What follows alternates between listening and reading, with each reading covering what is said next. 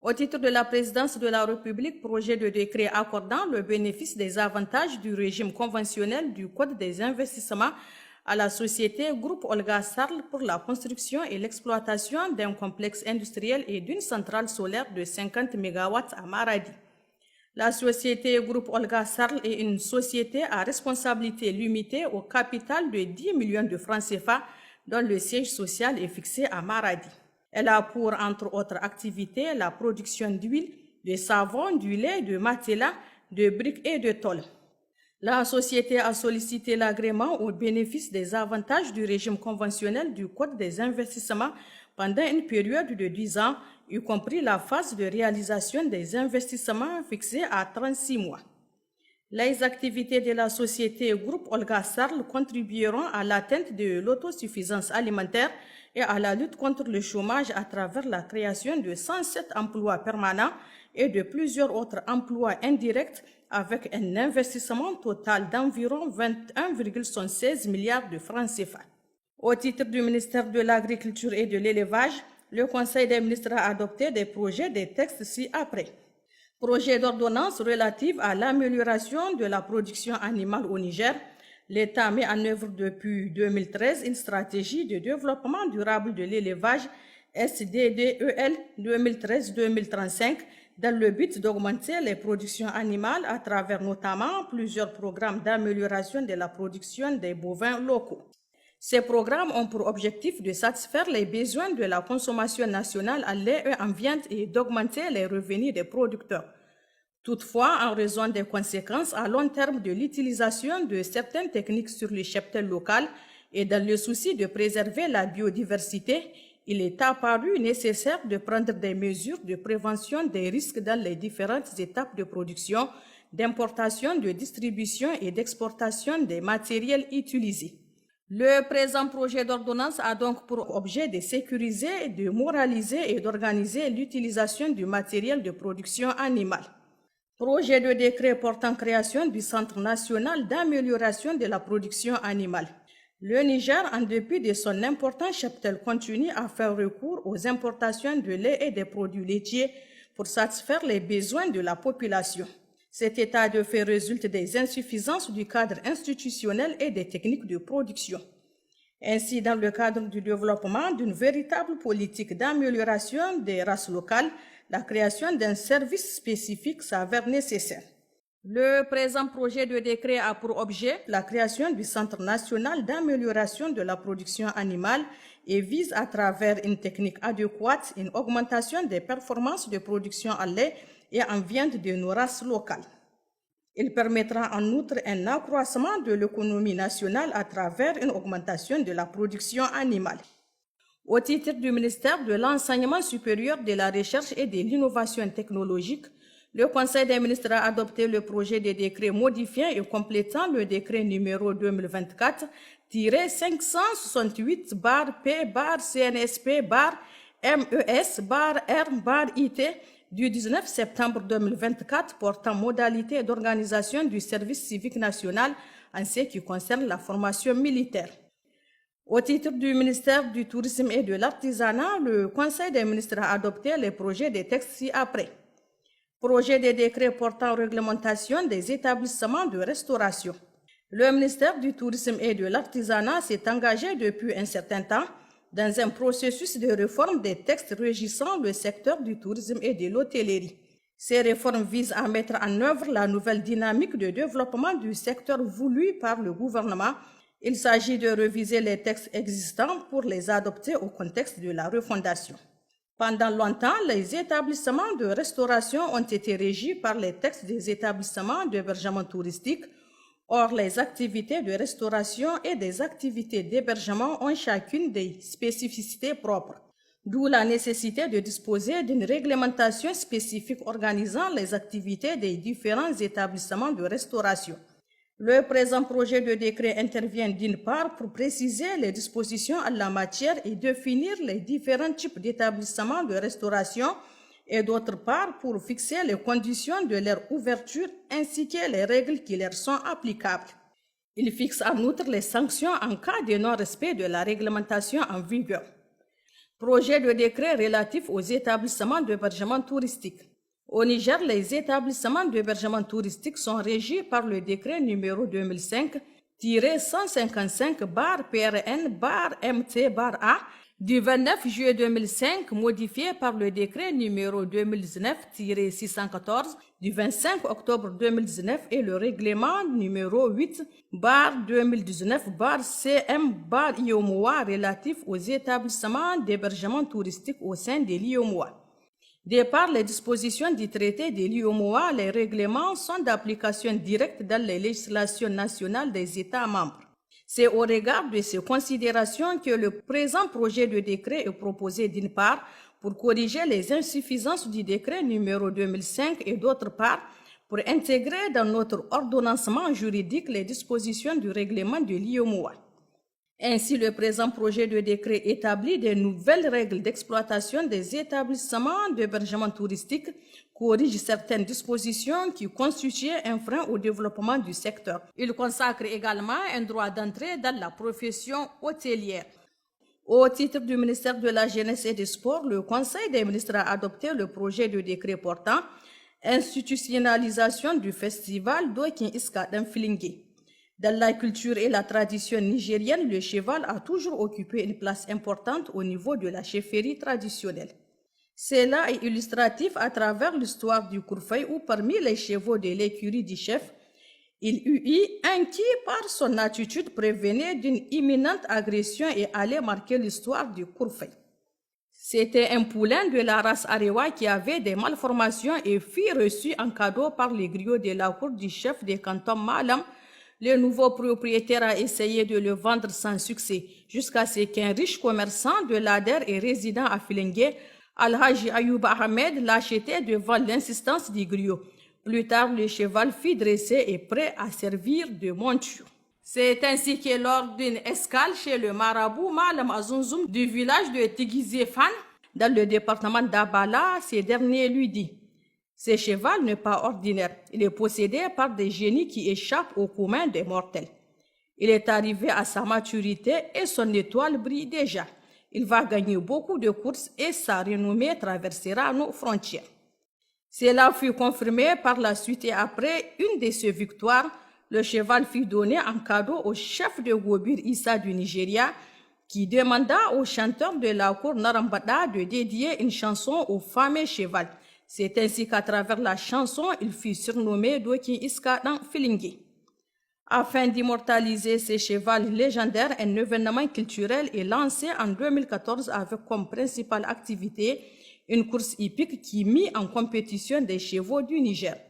Cet événement culturel devenu un véritable rendez-vous du donner et du recevoir a enregistré de sa deuxième édition tenue en 2015 la participation des chevaux des pays comme le Burkina Faso, le Nigeria et le Cameroun, conférant ainsi à l'événement une envergure internationale. En raison de l'engouement que cet événement suscite, il a été décidé de transformer la course hippique en un festival devant permettre de découvrir, de valoriser et de promouvoir la culture du département de Filingue en général, tout en mettant un accent particulier sur la dimension culturelle du cheval avec son corollaire, la rencontre des peuples. Dans le contexte actuel de la refondation et l'élan de l'appropriation et de l'affirmation de notre histoire, il a été décidé d'instituer un festival dénommé Dokin Iska d'Enfilingue qui se tiendra tous les 2 ans au mois de février à Filingue. Au titre du ministère de la fonction publique, du travail et de l'emploi, le Conseil des ministres a adopté les projets de textes ci-après. Projet de décret portant création d'un établissement public à caractère administratif dénommé Observatoire national de l'emploi et de la formation professionnelle, en abrégé ONEF. Projet de décret portant approbation des statuts de l'Observatoire national de l'emploi et de la formation professionnelle ONEF.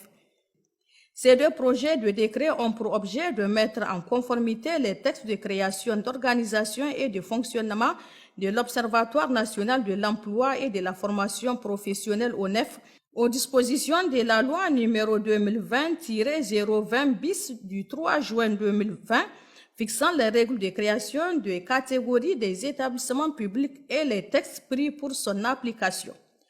Au titre du ministère de la Communication et des Nouvelles Technologies de l'Information, projet de décret portant mission, organisation et modalités de fonctionnement de l'Agence nigérienne de certification électronique ANCE.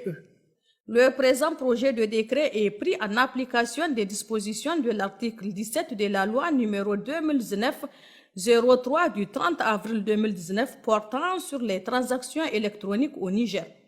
Il a pour objet de déterminer les missions, l'organisation et le fonctionnement de l'Agence nigérienne de certification électronique ANCE, conformément à l'article 18 de la loi citée ci-dessus.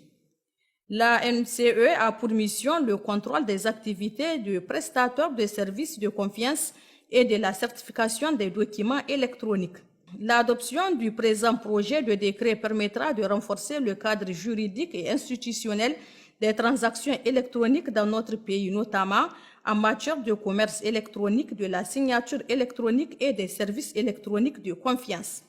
Projet de décret portant création d'un établissement public à caractère administratif dénommé Centre national de cybersécurité, en abrégé CNAC. Projet de décret portant approbation des statuts du Centre national de cybersécurité CNAC. Le Niger s'est doté en 2022 d'une stratégie nationale en matière de cybersécurité. L'objectif de cette stratégie est d'assurer au Niger un cyberespace sécurisé et résilient, favorable à son développement économique et social. Elle prévoit dans le dispositif de sa mise en œuvre, entre autres, la création d'un centre national de cybersécurité. Le Centre national de cybersécurité a pour mission principale de coordonner la mise en œuvre de la stratégie nationale de sécurisation et de défense des systèmes d'information, des infrastructures sensibles et critiques définies par le gouvernement en vue de promouvoir au Niger un environnement numérique sécurisé et résilient favorable à son développement économique et social. Les deux présents projets de décret sont élaborés conformément à la loi numéro 2020-020 bis du 3 juin 2020 fixant les règles de création des catégories des établissements publics et au décret numéro 2021-924-PRN-MF du 1er novembre 2021 fixant la tutelle, l'organisation, le contrôle et les modalités de fonctionnement des établissements publics. Au titre du ministère du Commerce et de l'Industrie, le Conseil des ministres a adopté les projets de décret portant prorogation du régime fiscal dérogatoire applicable aux activités d'importation, de production et de commercialisation du ciment gris CEM2 32.5. Pour ordonnance numéro 2024-47 du 14 octobre 2024, il a été accordé un régime fiscal dérogatoire aux entreprises qui ont pour activité l'importation, la production et la commercialisation du ciment gris CEM2 32.5. Après une année de mise en œuvre de ces régimes applicables aux activités d'importation, de production et de commercialisation du ciment gris CEM2 32.5, une évaluation a été faite. Il ressort de cette évaluation la nécessité de proroger cette mesure dérogatoire. Le présent projet de décret a pour objectif de proroger le régime fiscal dérogatoire en application de l'article 3 de l'ordonnance suscitée. Communication. Le Conseil des ministres a entendu plusieurs communications. Une communication du ministre des Transports et de l'Aviation civile relative à la réforme dans le secteur de la sécurité routière. Une communication de la ministre du Tourisme et de l'Artisanat sur la 17e édition du Festival de l'Aïr qui se tiendra du 1er au 3 décembre 2025 à Agadez. Communication relative au marché public. Une communication du Premier ministre relative à l'acquisition des engins de lutte contre les inondations au profit de la Direction générale de la protection civile. Une communication conjointe du ministre d'État, ministre de l'Intérieur, de la Sécurité publique et de l'Administration du territoire et du ministre délégué auprès du Premier ministre, ministre de l'Économie et des Finances, chargé du budget relatif à la confection et à l'édition d'imprimés d'état civil. 4 communications du ministre de la Santé et de l'Hygiène publique relatives au marché public relatif à l'acquisition de 9 ambulances et 4 véhicules double cabine, à la fourniture des produits au profit du Programme national de lutte contre le sida et l'hépatite, à la fourniture des produits pharmaceutiques au profit du Programme national de lutte contre le paludisme et à la fourniture des médicaments au profit du Programme national de lutte contre la tuberculose. 4. Communication du ministre de l'Équipement et des infrastructures relatives au marché public relatif aux travaux de réhabilitation et de bitumage de la route nationale numéro 4 RN4, section Farié-Terra, PK 58 au PK 170, 112 km lot 1, tronçon Farié-Dargol, PK 58 plus 000 au PK 112 plus 000 54,00 km. Aux travaux de réhabilitation et de bitumage de la route nationale numéro 4 RN4, section Farié-Terra, PK 58 au PK 170, 112 km, lot 2, tronçon Dargol-Terra, PK 112 plus 000 au PK 170 plus 000 58,00 km. Aux études complémentaires de la surveillance et au contrôle des travaux de réhabilitation et de bitumage de la route nationale numéro 4 RN4 section Farié-Terra, 112 km ainsi que les aménagements connexes. Et au suivi et au contrôle des travaux d'aménagement de 64,627 km de routes rurales dans les régions de Niamey, de Tawa et de Zander, dans le cadre de la deuxième phase du projet de mobilité rurale et de connectivité. 2. Communication du ministère de l'Environnement, de l'Hydraulique et de l'Assainissement relative au marché public relatif aux travaux de réalisation de 2 postes d'eau autonomes PEA, 2 mini-addictions d'eau potable AEP multi-village et une station de pompage pastoral SPP dans les départements de Tassara et de Tilia, région de Tawa, à la réalisation de 4 forages profonds et 1 forage moyen dans le département de Tassara et de Tilia, région de Tawa. Une communication du ministre de l'Agriculture et de l'Élevage relative aux travaux de construction de 26 marchés de bétail dans les régions d'Agadez, de Maradi, de Dosso, de Tawa, de Tlaberi et de Zander-Lokat. De communication de la ministre de l'Éducation nationale, de l'alphabétisation et de la promotion des langues relatives au marché public relatif à la construction et à l'équipement des salles de classe en modèle classique dans la région de Maradi et à la construction et à l'équipement des salles de classe en modèle classique dans les régions de Difa et de Dosso. Toutes ces communications relatives au marché public sont faites à titre d'information conformément aux dispositions de l'arrêté numéro 018/PM/ARCOP du 18 janvier 2023 fixant le seuil dans le cadre de la passation des marchés publics qui dispose à son article 13 alinéa 1er que tout achat public dont le montant est égal ou supérieur à 300 millions de francs CFA hors taxe sur la valeur ajoutée doit faire l'objet d'une communication préalable en Conseil des ministres de la part du ministre en charge du secteur concerné. L'ordre du jour étant épuisé, le président de la République, chef de l'État, a levé la séance.